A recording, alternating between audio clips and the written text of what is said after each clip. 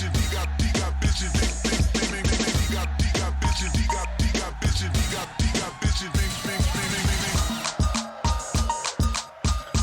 and gentlemen, welcome. It's another edition of the Bird Calls. He is Oleh Cosell. I am David Grubb, and it is a big day in the NBA as another historic trade has been made.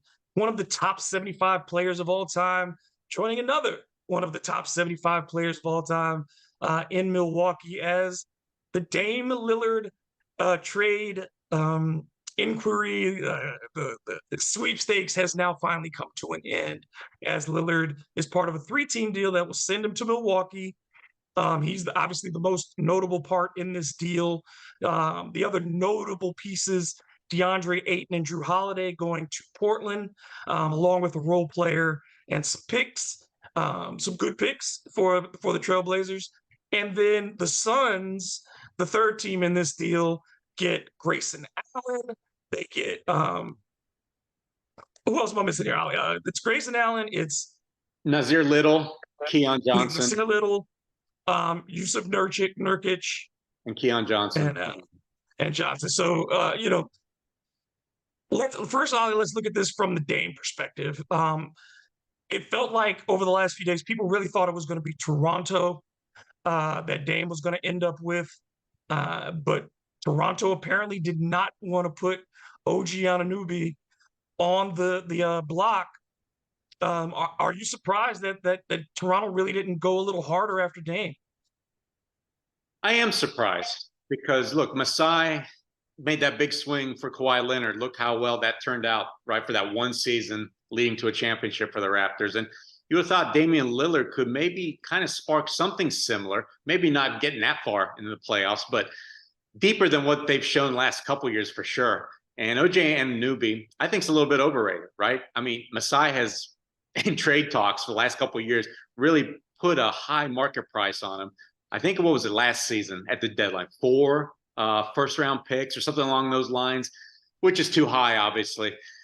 And so, yeah, in other words, I love that Milwaukee swooped in. I'm not that disheartened that Toronto ended up with him, but I'm definitely happy that Miami didn't end up with him.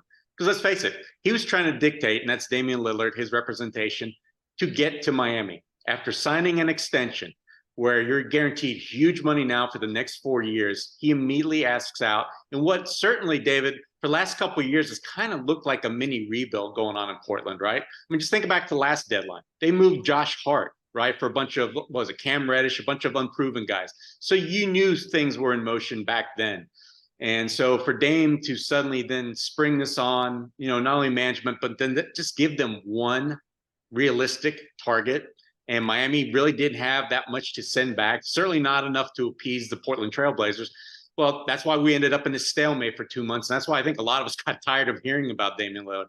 So I'm glad Milwaukee swooped in, picked him up, and I like it. If you look at the perspective from the Bucks, yes, Jrue Holiday helped them win a championship a few years ago, but then the most recent history is last season where the Bucks bowed out as a number 1 seed to the number 8 Heat, and they basically got punked, right? I mean, I know Giannis was hurt for parts of that playoff series. Maybe it was never 100%. Middleton wasn't Middleton. Middleton wasn't Middleton, but then Jrue, right? The way Jimmy Butler really just kind of, let's face it, put him in a ringer. I mean, he called him out. He was, you saw where he zapped his confidence, and it looked like all Milwaukee's confidence went out the window. So I think getting Damian Lillard is exactly kind of the step they needed to take. So they'll miss his defensive presence, right? There's few, if any, that are better at defending somebody out in space, making them make turns, right? Dictating where he wants you to go as a defender versus where the offensive player is going to get to. But they don't need that so much, right, as other teams, because they got Giannis back there, Brook Lopez, Portis. They've got other tough defenders like Jay Crowder on that team. So they needed more of that leadership and that offensive spark plug when games get tight in Lillard. I think for Giannis, this is the first time in his career where he's had somebody on his level on his team. Chris Middleton is a good player, an all-star. He's made all defensive teams. He is an excellent shooter, but he's not a number 1 option. And now for the first time in Giannis's career, he has a legitimate guy who can, like when KD and Steph were together, You had two legitimate number one options, Kyrie and LeBron, two legitimate number one options, LeBron and AD, two legitimate number one options. That's a team needs to have those guys that you can count on when your star, because there are going to be matchups when somebody can maybe not eliminate your star, but frustrate them and make them less efficient.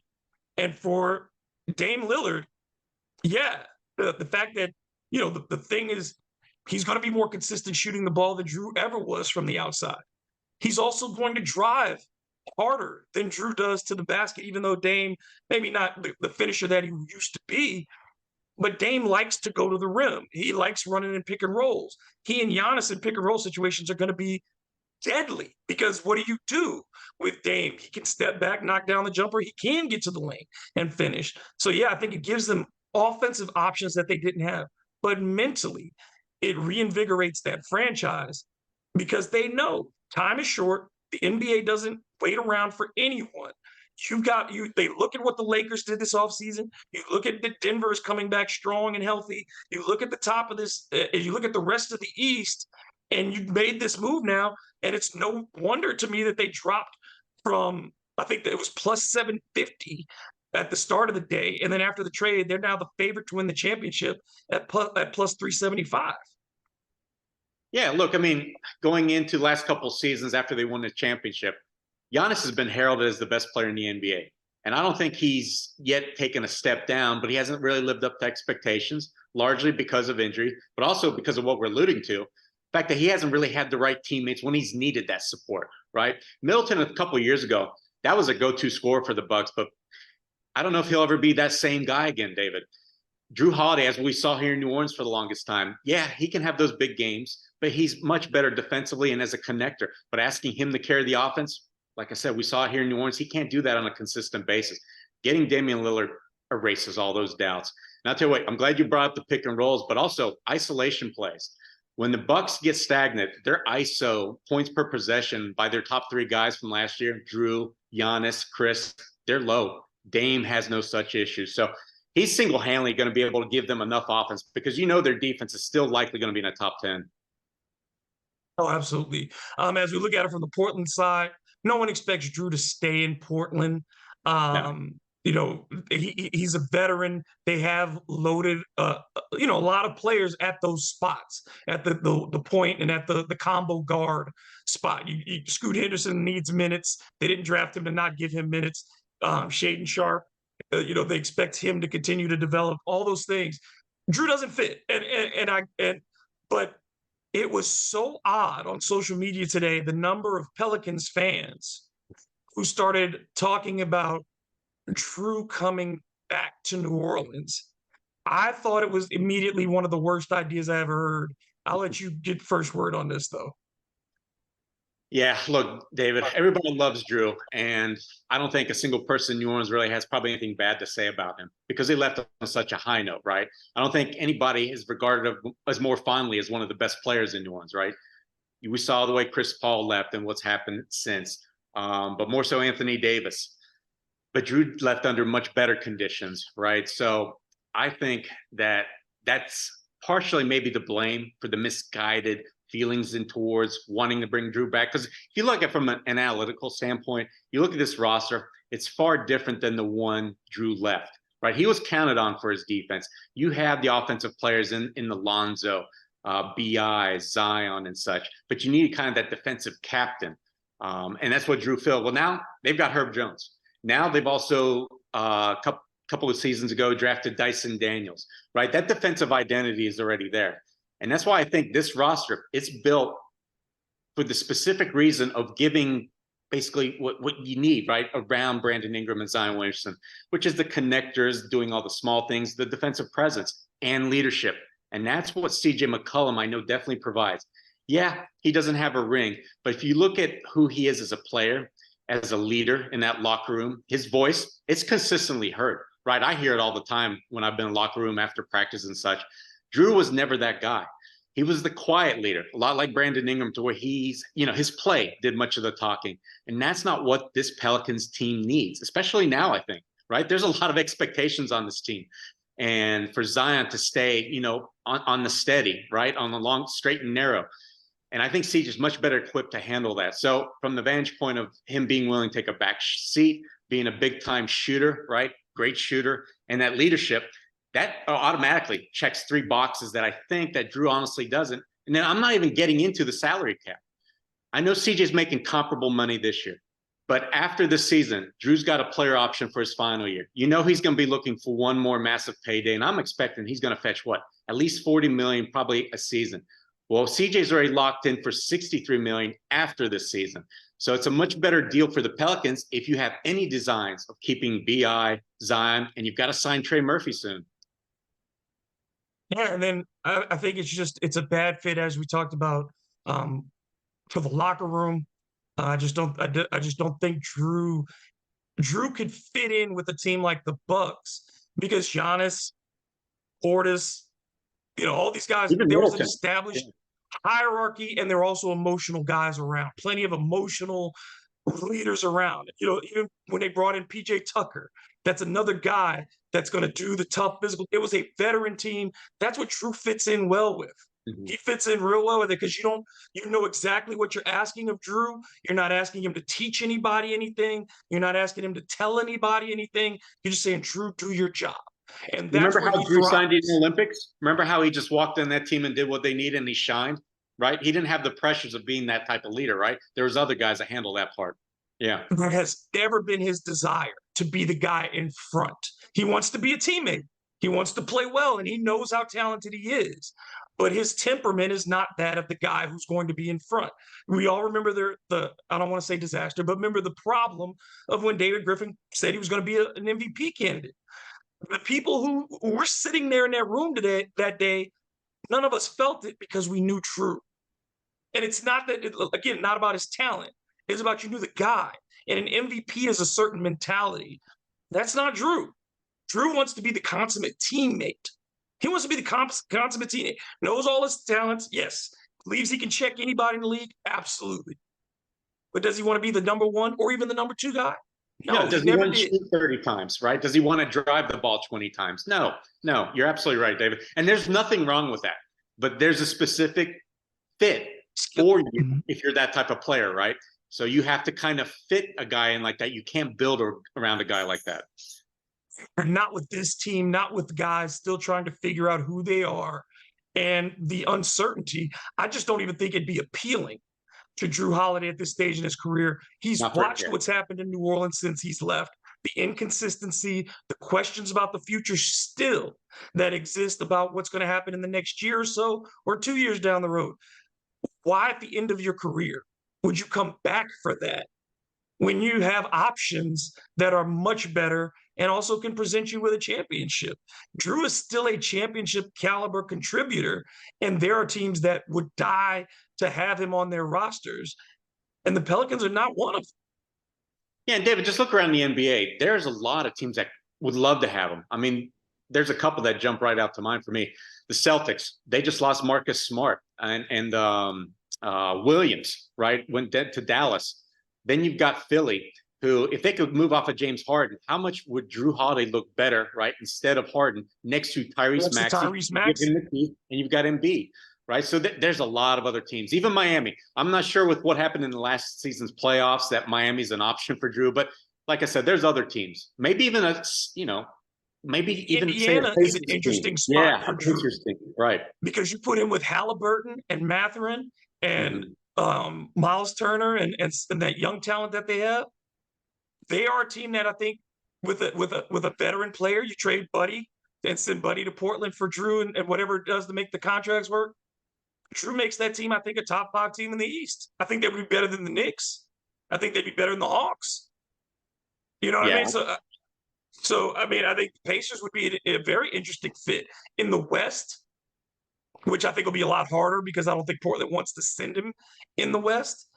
But honestly, if I'm Utah, I make a phone call. I know you don't think Danny Ainge would make that call, but I think for that team in the short run, again, Jrue's a short-term contract, and they don't really have a legitimate 2 guard.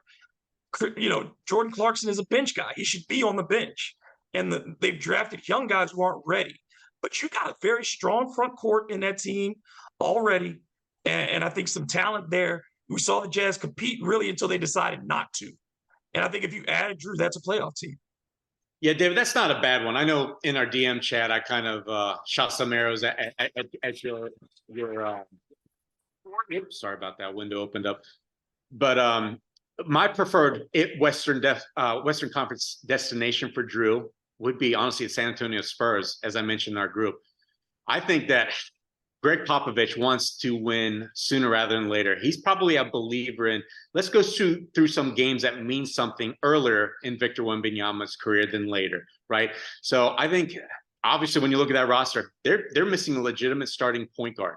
And when you realize that Jrue wouldn't have to be, say, that 20 to 30 point scorer for that team, because outside of Wembanyama, don't forget they've got Devin Vassell, who I think is going to be one of the top breakout candidates this season, averaging maybe close to 5 points because that guy can shoot. You've got Keldon Johnson, right? You've got other talent. And I don't know. I know Pop's a huge fan of Jrue's. So I don't know. I think that'd be a heck of a marriage, even though to New Orleans Pelicans fans, that'd be probably a shot through their heart, right? Seeing Jrue go to one of our longtime nemesis. But yeah, Jrue, we've just named 5, 6, 7 destinations that easily those teams would want him on board. Absolutely. I think Phoenix, when I look at what they got, I think they just got more annoying because they're going all in on this offensive thing. And I think, they needed size. They get rid of Ayton. Ayton was not happy, of course, there. I think Ayton will flourish if given the opportunity in Portland, because I think he wants to be involved. And in Portland, there's opportunities for him to be involved. Phoenix was never going to make him that. He and Monty just didn't work together, and I don't think Booker and KD and those guys really knew what to do with him. They didn't play with bigs who could do anything. So I think I just don't. You add Grayson Allen to the mix. Yes, Grayson Allen can shoot the ball. When's he gonna get minutes? When's Grayson Allen gonna get minutes with that team? You're going to be giving heavy minutes to Booker. You're going to be giving heavy minutes to Brad Beal. Are you going to put him at the point guard spot? I think the Suns have gone way too far on the all offense thing. I don't think they'll be able to defend very well, and I don't think that they have I don't think they have a leader. Are we counting Devin Booker as a leader now? I'm not putting Devin Booker as a leader. Are we counting KD? KD's not showing he's a great leader. Brad Beal? Like, who's leading that team now? Yeah, see, I kind of sit on the other side of the spectrum here. I think this was a good move for Phoenix because, first of all, Ayton was going to be nothing more than the fourth option. And he's a guy who, honestly, his favorite thing to do out there is get touches and score from, 16 feet and in, maybe 12 feet and in. He wasn't going to get those touches anymore. And Chris Paul's been wanting him to rebound, do the little things for the last few years. So is Devin Booker, and he never showed that he could do that on a consistent basis. So I think there was just no soured with that. We saw him. He had to get out.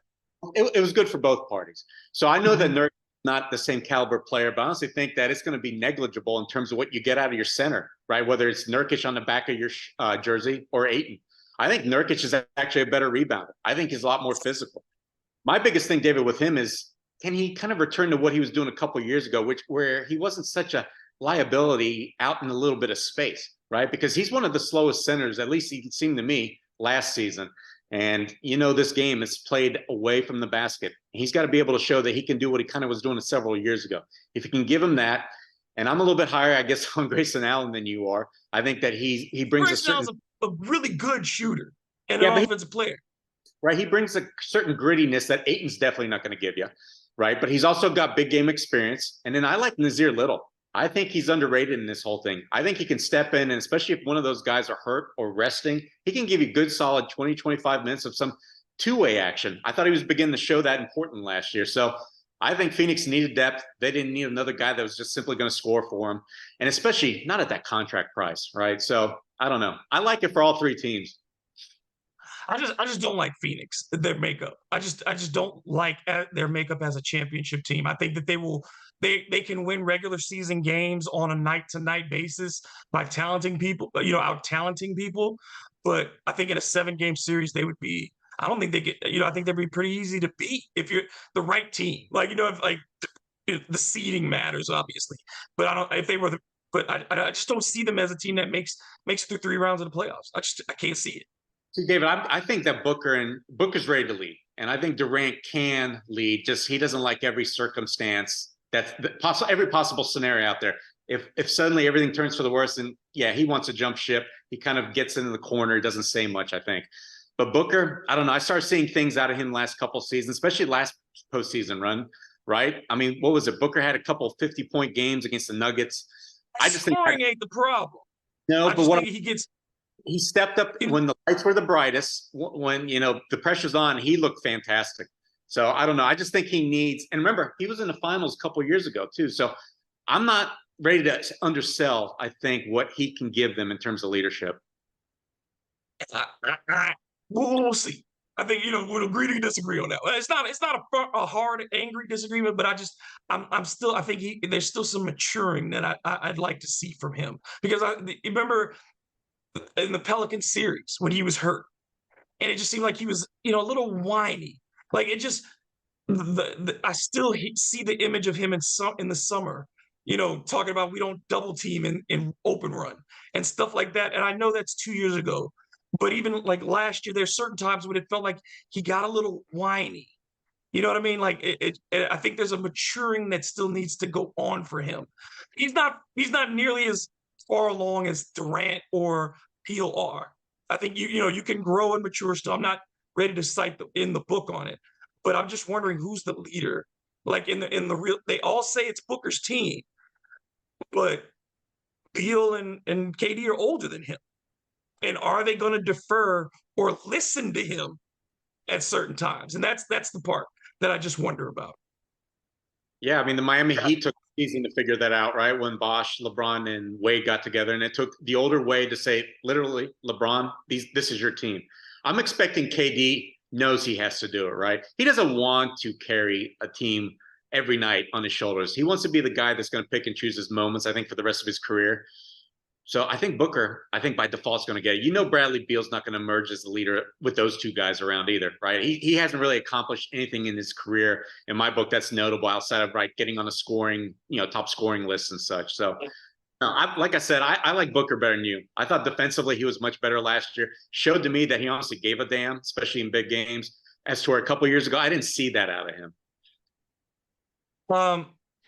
The other question that folks are going to have, obviously, is what's the impact on the Pelicans as far as the Milwaukee draft picks in the short term and in the long term? What are your thoughts as far as the value of those picks today? Yeah, so this is the first season, right, 2024, where that Jrue Holiday trade starts paying the Pelicans back in the form of draft compensation 4 years in a row, starting with this season with it being a pick swap. Now, here's where I'm not fretting. First of all, the Bucks still had Giannis, and 24 hours ago had Middleton, Holiday, Brook Lopez, a team that won, like I said, the championship a few years ago. They were still the number one seed in the East last year. Yeah, so this was never. I thought this swap was never going to probably transfer. And then as far as the next swap, a couple years down the road, again, Giannis is young. If you get him to stick around because they're winning, again, the Pelicans overtaking the Bucks in terms of winning percentage didn't seem all that high, right? Considering injury histories here. So you're not losing much there, if anything at all. And then next season is when they get the first draft pick. But remember, most of that draft pick, right, the 2025 Milwaukee first rounder got traded to Portland in that CJ McCollum, Larry Nance deal. It was protected 1 through 4, which New Orleans still has, but the rest of it went to Portland. But since that time, it's touched several hands. It went to Pistons, but now it's in New York's hand. That's the one that hurts, right? That's one of the ones because it was unprotected. But now it looks like that's not going to matter much. Nobody sees Damian Lillard falling off a cliff production-wise in a couple of years' time. Giannis, you think, is going to give it a time.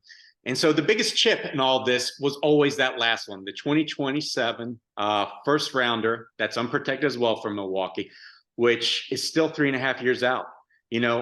Dame's, he's 33. Giannis is younger, a lot younger. But again, if Milwaukee doesn't start winning, right? If they don't win a championship, I feel in maybe the first 3 years, Giannis relationship, I'm feeling that they're both going to want out.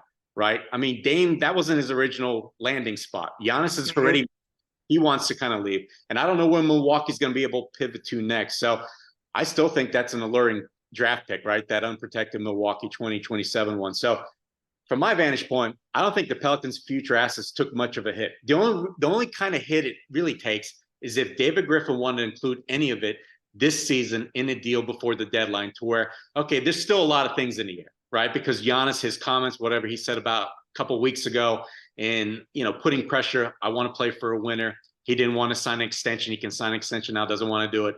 So it's just from that standpoint alone, it hurts a little bit, right? Suddenly the Pelicans' assets in terms of trade this season go down a notch. But, looking long term, it doesn't hurt. So I'm not fretting. And honestly, the pick shouldn't matter right now anyway. Like, in a real sense, it only should be thought about as fodder for a trade. It should not be considered somebody that you're looking forward to adding to this roster, because this is year 5 and you're expecting this team to start showing its potential. If that's the case, there shouldn't be a rookie coming in the next 2 or 3 years that's going to make a major impact, because you should be drafting in the bottom half of the first round at the very least. So, yeah, I think if the Pelicans are on target with where they're supposed to be, and as you said, even let's say the best case scenario is that Giannis leaves at the end of this current contract. The Bucks are prepared for that, I think, because that's why they went all in on this deal. Is that, hey, if we don't sign Giannis, if we don't do all that, we'll clear both of these guys out, and we'll just start breaking it down, and we'll have all the space in the world, and we'll do what we need to do and try to rebuild that way. I think that's, but they're going for it the way that they should. You don't know what you have beyond Giannis's current contract, you go for it. So yeah, for the Pelicans, yeah, I don't see where it's something that the fans need to be concerned about at all. The concerns for the Pelicans are still in the building. Yeah, and I don't like the fact that people are getting upset at the front office for not moving these picks ahead of time. Or first of all, Milwaukee came out of nowhere to snare Damian Lillard. That wasn't on anybody's radar, right? So that's one thing you got to remember.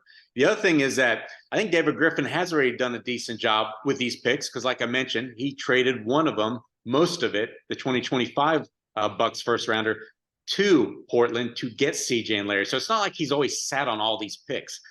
And I know that besides all that, he has tried to make moves since he's gotten here. I've heard about all these potential trades and offers that have been made, but the Pelicans, for whatever reason, didn't get the other team to bite. So it's not like he's hoarding these picks and trying to hang on to them dearly, like, say, Danny Ainge was doing for all those years in Boston. So I just think that you got to give him a break, right? Nobody saw it coming. David Griffin has been shown, I think he's been willing to always make a deal if there's one to be made. I mean, look, this roster has completely turned over since he's arrived in New Orleans. Zion Williamson is the longest tenured Pelican. So just by that fact alone, Griff doesn't sit and stand pat. He always makes moves when there's moves to be made and that can be made. And I think that's not going to stop him either. With what happened now with the Bucks, I still think that he's going to be pushing hard and maybe have to involve another asset or two. But yeah, I mean, the Pelicans don't have that many weak spots. You still want to see what this team can do, right? They believe in this core, and you saw a few games out of them last season. And there's only a few weak spots, largely at the center position. So if there was a Nick Claxton available or a Jared Allen that made sense at the price, then he would have done it by now. But he's going to keep trying to make those moves regardless of what happened today. Yeah, I think the two issues that we've talked about ad nauseum are rim protection and point guard play. Some of that, obviously, they're hoping with point guard play it develops as Dyson gets better, as Alvarado hopefully is better, as hopefully Kyra is better this year. I'd still like to see a veteran there in that somewhere in that mix. But I don't think that's going to happen. It's certainly not going to happen before camp. And I know folks who are looking for the Pelicans to make a move. I don't see a move getting made, even being considered really, until after Thanksgiving, as we get closer to the Christmas area. Because as you said, I believe that ultimately there's about a 20-25 game window here to start the season where everything is being evaluated. How does Zion look? How do he and BI fit? How is Willie adapting? How is Borrego's offense being integrated? And how healthy are these guys staying? Once you get to that, and Trey comes back after between 11 and 19 games, whatever, he may be out. Nothing gets – I don't think any moves get made before that unless there's another dramatic injury or something that happens but in the meantime. But before that, I think Griffin, because he's never seen this group together for an extended amount of time, he has to. He has to, for his own eyes and for the rest of this franchise, to look at it and be able to say confidently, either it works or it doesn't. And once he gets to that point, then I think he'll make his decision. But I don't see it happening before the first 25 games. Yeah, I don't have too much else to add to that. Look, in the limited minutes, we did see the main guys out there. They played well. Now, the one guy that's always, I think, going to sit on the block for at least this season is going to be Jonas Valanciunas. We've talked about him ad nauseum, written about him on the bird rights and such. And I think a big telling point is Griffin still hasn't given an extension to Jonas, right? So he's entering the last year of his deal. And if you remember, when he traded for Jonas, he was entering the last season of his deal, gave him a 2-year extension. Same thing with Steven Adams. The fact that it looks like Jonas is about to start training camp without that extension signals to me that he, and that's David Griffin, wants to keep all his options open. So whoever he trades him to, maybe it's a team that doesn't want, right, that contract on their books and is going to be happy that he's going to be an expiring contract. They don't want that, sitting, like I said, there in their corner, thus prohibiting Valanciunas being included in kind of trade. So, yeah, I still think that there's going to be a trade that'll probably happen, honestly, before the deadline, because I don't think Jonas is the guy that's just meant for Willie, the guy that's meant to play next to, right, Zion, BI, because he's just a guy that you get the best out of. He's got the ball in his hands, right? You give him 12 scoring opportunities a game. And with the makeup of this roster, that's never going to happen when they're healthy. Not with Willie. Not with Willie. I think you could do it, but I don't think that, like you said, I think Willie's made his decision as far as how he views this team, and Jonas is not part of that long-term vision in his mind. But for Willie, I do want to ask you this. Do you see a scenario with Borrego on the bench if the Pelicans get off to, let's say they get off to a 10-20 start after 30 games? Could you see a scenario where Willie Green is moved on because he hasn't gotten his extension either? Perhaps. And I think it would probably take something additionally to that 10-20 start, something in the form of losing the locker room, Brandon Ingram suddenly losing some trust, or Zion Williamson, right? One of the two main guys, maybe behind the scenes speaking kind of, negatively about Willie. That's certainly not the case right now. Everything's been always positive since Willie's arrived. So that's why I think he's got a much longer leash than I think a lot of people probably want to give credit for.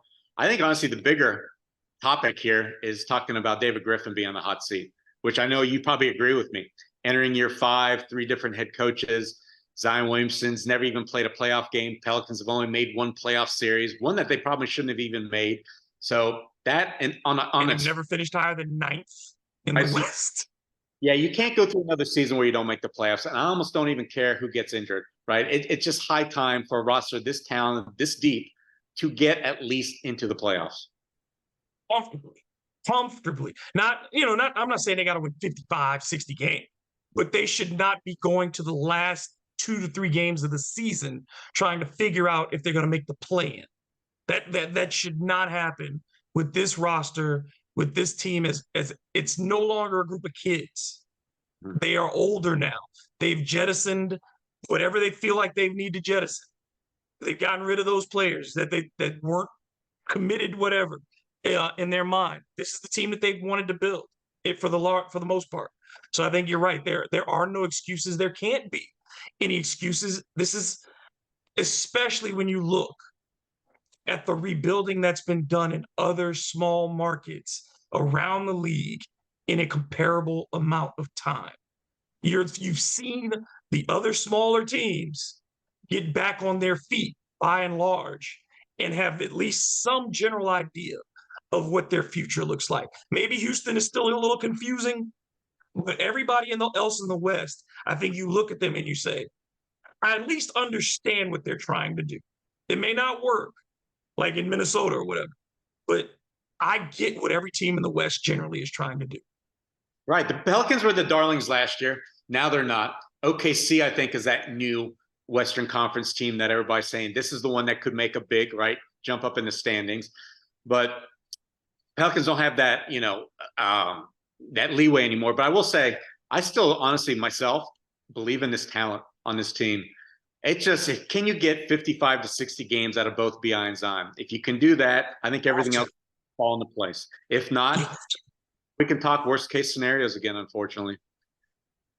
Last thing I want to get to you with on this Ollie with this team is, look, media day is on Monday. We're going to both be at that. But then you have the open run next Sunday, where folks will finally get to see these guys somewhat in action. We saw last year was a very limited type of event. They didn't really go through a lot. Wasn't even really a scrimmage. It was just kind of an event. My warning is, I don't care what Zion does in this, how he dunks or whatever. Like, let's wait till we see some games. Like that's the whole thing. Not to be pessimistic or anything, but we got super excited last year. When we get to game 60, game 70 of the season, I'll be really excited then. But for right now, every day to me is, you're just hoping. You're hoping that he stays healthy. Yeah, and you just remind me of something CJ was saying, I think towards the end of December, when the Pelicans were right up there at the top of the West with the Nuggets, the Grizzlies, the Kings. And he was saying, we haven't won anything yet. And that is forever going to stay in my mind, because sure enough, here comes January and they just fell off a cliff. So you're right. It doesn't matter what kind of a strong start they get off to. It's all going to be about maintaining, at least some kind of decent run. You're not going to have always good runs, right? Every team, even the best teams in the league, go through those, bad 10 to maybe 15 game stretches to where they lose a lot more games than they win, right? Whether it's because of injury or just poor performance. But it's going to be over the course of the season. Can you count enough on certain guys to step up when needed to keep the train moving? Because last year, it didn't happen at all. A lot of people, players, coaches, kind of failed in that respect. They won't be afforded those same opportunities, I think, this season. No, there cannot be any double-digit losing streaks. That can't happen ever again. You can't, and they need to start being able to, my thing with the 5-game winning streaks, but they need to start being able to string together those kinds of things on a regular basis. I mean, the teams that win 7 in a row here, 6 in a row here, 12 in a row there. It happens. And the Pelicans just have not been able, for all the reasons we understand, the health, all these other, but now there are no more excuses. Ollie, you get what you got working for next week. As our feature guy, what is the next big topic that you'll be tackling for us? Yeah, I talked to you about how I want to take an in-depth look at Dyson Daniels, because suddenly, with Trey Murphy's injury, Jose Alvarado being a question mark, I think he could step in and kind of be a Josh Giddey for this team, right? Off the bench, not as a starter, but off the bench, because they're going to need a lot of different things from several players, reserves. And then when a starter goes down, invariably somebody's going to miss some time. So when that happens too. But I'll tell you what, I'm kind of thinking about writing up something on Jrue and maybe thinking about a potential trade which involves Jrue, but not the Pelicans getting Jrue. I've got a kind of an idea in my head, but I'm going to save it for the article, I think, instead of revealing it now. Well, until then, you can check the bird rights for the rest of our updates. Ben Pfeiffer's been doing a great job for us as far as looking at the Pelicans players one by one, their strengths and weaknesses heading into this season. That's going to continue. Make sure you check us if you're watching. Subscribe on YouTube. If you're listening, subscribe to wherever you get your podcasts. And then Ollie and I next week we'll have content from Media Day. We'll get you some clips from there, and then of course we'll have our analysis of Media Day afterwards. So stick with us, and we're really excited about what's ahead for not only the New Orleans Pelicans but for us with the bird rights and the bird calls as well. Ollie, any final words? No, I'm so looking forward to next week. I'm curious to see what the vibe is, right? What Zion looks like and such. And I know it doesn't mean anything, but yet it's good to get off on the right foot, because they did that last season. And look, they got off to a good start out of the gates. So there is some meaning in that. Last thing, I'm asking you this, Ollie. Thumbs up, thumbs down on the new court. I don't think you guys like it, but I actually kind of like it. I don't mind it. I think it's an improvement on what was previously. I wouldn't put the further. I think the court side is fine. Like the swamp, the river, the Pelican shadow. I think that's really artistic and cool. I'm not a fan of the fleur-de-lis in the middle of the court. Is there too many of them? I like my basketball court simple. I like my basketball court simple. You know what I mean? Keep it simple. watching the Oregon. best courts in I'm trying the worst, most colorful basketball courts, right? Oregon's got one of them. Yeah, they all the trees and stuff on theirs, and that's just too much. But in the NBA, I like my simple courts. I mean, I'm a fan of very simple courts. I don't need a lot of stuff on them, and I wish the one thing I do wish is if the Pelicans are going to use some other logos, use the Pelican in the fleur de lis. If you're going to use the fleur de lis, I like that one, or use the Crescent City basketball one, which a lot of people like. The other part is the Crescent City jerseys. What did you think of those?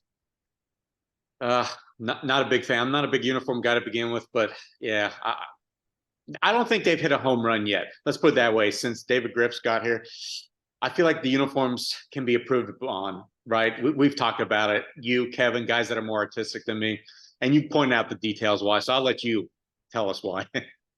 I mean, my thing is just it's very uninspired. It adds nothing. The other signature or city series that we've seen feel like more care was taken. You know, when I've seen the New York ones or the Denver ones or Portland or Phoenix, whatever, it always just feels like when you look at them, you go, yeah, that makes sense. Some of them have been bad. Some of them have definitely been bad. I mean, you know, we made fun of the Charlotte one last year, you know, but some of them are really bad. But the Pelicans have never had anything inspired. Mhm. The best uniform that they've had as the Pelicans is the red one. Um, and that's the alternate uniform. And it's still really not all that. It's just it's the best put together and the best combination of the colors that they've worked out.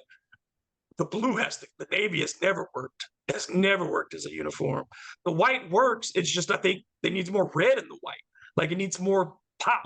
Yeah. But that's the thing is I think the Pelicans they are uninspired in their uniforms, and you know that part is the part that for a city that is known for its vibrancy, these uniforms have been so uninspired. Yeah, I've got nothing else to add. I mean, maybe they'll get it right one day.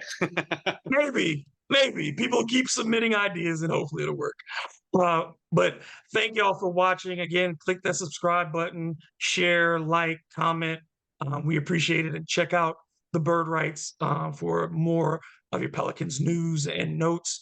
Until the next time, he is Oleh Cosell. I am David Grubb. And in the words of our good friend Preston Ellis, let's go Pels.